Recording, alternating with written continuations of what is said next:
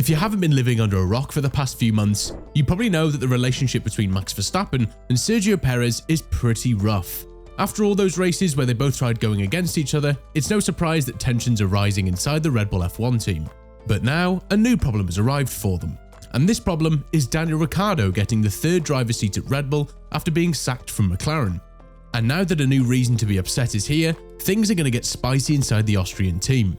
So buckle up everybody, because in this video, we're going to talk about all the problems that Ricciardo could bring to Red Bull and what his hiring means for them. And make sure to stick until the end, since what Checo has announced on the Australian driver is shockingly not what we were expecting. So, to give a bit of context, after leaving Red Bull in 2018 as a second driver, Ricciardo returned to Red Bull after the end of the season as a third driver.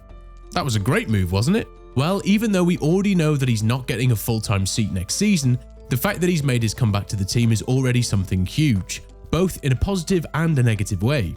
We could say that it is positive since we don't get rid of someone as funny and as charismatic as he is. But it's negative because he's not going to be racing every weekend like we've seen him do for the last 10 or more years. But where does the problem come in? Well, it all lies in the fact that Checo is already with one foot out the door. Even though he has a contract until 2024, he's having so many problems that he's risking getting kicked out. And those problems are mainly with Verstappen. We all know that Verstappen is the better driver of the two. Even Perez fans have to admit that he is simply on another level compared to everyone else, including his own teammate in the same car. The fact that he's such a good driver means that naturally Red Bull has to favour him, and sometimes this means listening more to him than to Checo. For example, we've seen how little consequence from the team he faced after not letting his teammate pass him before the finish line at the Brazil Grand Prix. He was literally just scolded and then told off. Meanwhile, his teammate was as angry as he could be.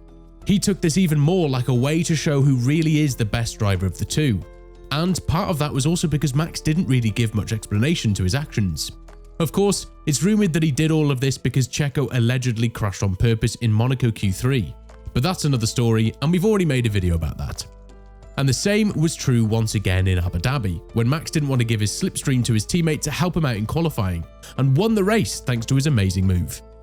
But what does any of this have to do with Daniel Ricciardo? After all, he wasn't in this team this season but was struggling for points at every race. Well, it's because Max honestly prefers Daniel over Sergio. Of course, we've seen the two current Red Bull drivers be very friendly with each other, but it's normal to have some preferences. And the fact that Verstappen likes Ricciardo as a person and as a driver is not really that big of a surprise. They've been teammates for quite some time together at Red Bull, and the fact that Ricciardo has just come back is probably going to mean a lot to Verstappen. Yes, they've had their moments of anger, like when they had an accident together in Baku 2018, but still, they are such similar people that they'd make a great driver pairing. Of course, not everyone is taking the news that Verstappen prefers Ricciardo really well, and Checo's dad is one of those people.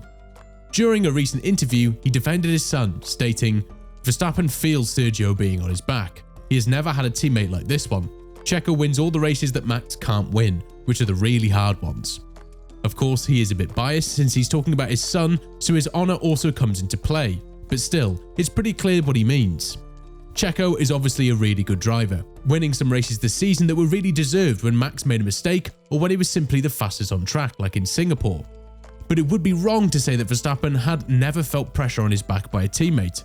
We know that recently Red Bull hasn't had a lot of luck in getting the right drivers after 2018, when they changed 3 drivers in 3 seasons, and everyone was incredibly worse than him, except Perez, who always helped out when needed. If we look at Verstappen's teammates over the years, we can see that the best one of them is Daniel Ricciardo himself, and that them being teammates got a lot of weight on Max's shoulder. We need to remember that back in the day, Daniel was considered one of the best drivers on the grid, maybe one day capable of winning a World's Drivers' Championship that never came to light. The first 2 years that the two were together, Daniel heavily outscored Max and finished in front of him in the championship.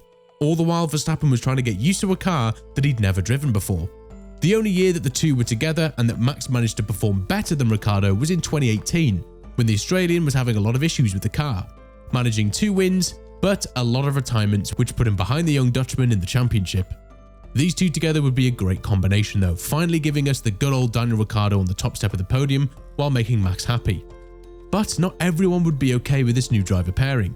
In fact, Perez is still living in his fantasy world, thinking he has no risk of getting replaced anytime soon.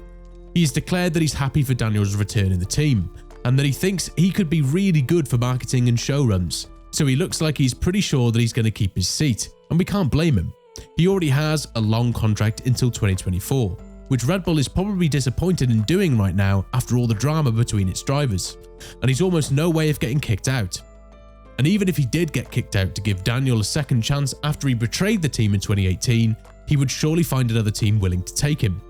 Every season, there are a lot of teams that need to renew their one-season-long contracts, but in many cases, they often end up hiring someone else instead of their drivers if they don't perform like they should. For example, Lance Stroll should be fired for trying to kill both Vettel and Alonso, but we know he won't since his dad owns the team. To be completely honest, even though Perez wasn't anywhere near Max's level, he still got 2 wins, which is the 3rd most amount on the grid. So it's a respectable quantity. Sure, the car could have been able to get some higher placements, but it was still in the part of the driver's skill and abilities which brought him where he is now. And firing him now that he's got the confidence he needs in the Red Bull car would be a bet too big to lose for the team. They would need to train Daniel Ricciardo once again to understand how their car behaves and how it works so that they could adjust it in his favour. And that is not even considering the fact that Red Bull immediately needs a good driver pairing. They are defending both titles next season, so getting the risk of losing the championship in 2023 since one of their drivers didn't hold up to expectations after firing a perfectly good teammate for Max is something that they are surely trying to avoid, especially now that Mercedes is surely going to get more competitive and is going to fight for that 9th Constructors title while their drivers battle out on track for their 8th or 1st Drivers title. It's a really difficult choice to make for them, but considering the fact that Verstappen doesn't have that big of an influence over the team's decision, and the fact that Checo already has a contract until 2024, it wouldn't be worth the hassle to fire him and try to make Daniel Ricciardo their second driver once again. And we are also thinking that Daniel is going to be competitive, but seeing his last 2 years in McLaren, it would honestly hardly be the case. Who knows if we'll ever see him in a Formula 1 car again. As always, only time will tell. Let us know in the comments below what you think of this situation, and don't forget to subscribe and like this video. Bye for now.